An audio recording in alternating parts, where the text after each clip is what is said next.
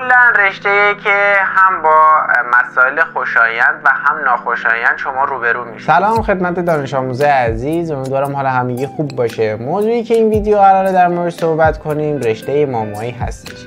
رشته‌ای که فقط مختص خانم ها هستش و سر و کارش با خانم های باردار و بچه های کوچیک هستش. دروس مورد مطالعه این رشته چطوریه؟ کلا 4 ساله و از ترم 2 وارد بیمارستان میشید.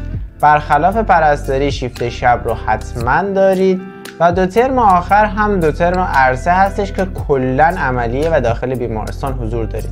دانشگاه‌های برتر این رشته تهران، شهید بهشتی، ایران، شیراز و مشهد هستش.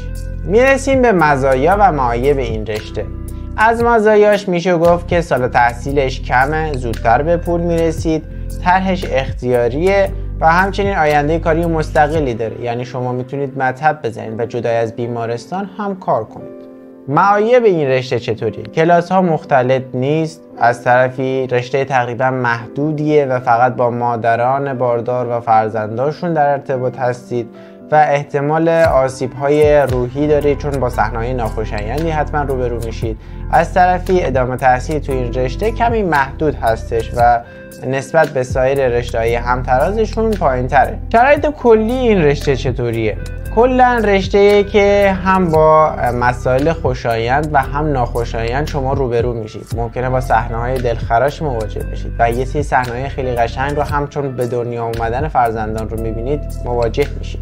از طرفی هم این رشته هم وظایف و انتظارات پرستار رو از شما میخوان، هم پزشک رو.